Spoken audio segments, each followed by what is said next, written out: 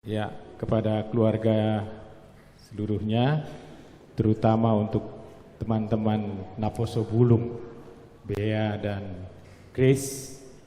Grace ini pianis HKBP Kebayoran Baru lumayan lama di gereja ini sebelum dia pindah ke Tebet. Jadi kami turut berduka, kiranya ini adalah rencana Tuhan yang terbaik kepada kita semua, dan juga kiranya apa yang telah diberikan oleh Inang terkasih ini kepada pelayanan di gereja bisa kita tiru semuanya. Jadi kita akan, mantan NHKBP mau bernyanyi, kiranya Grace, Bea bisa ikut bernyanyi The Lord Bless You.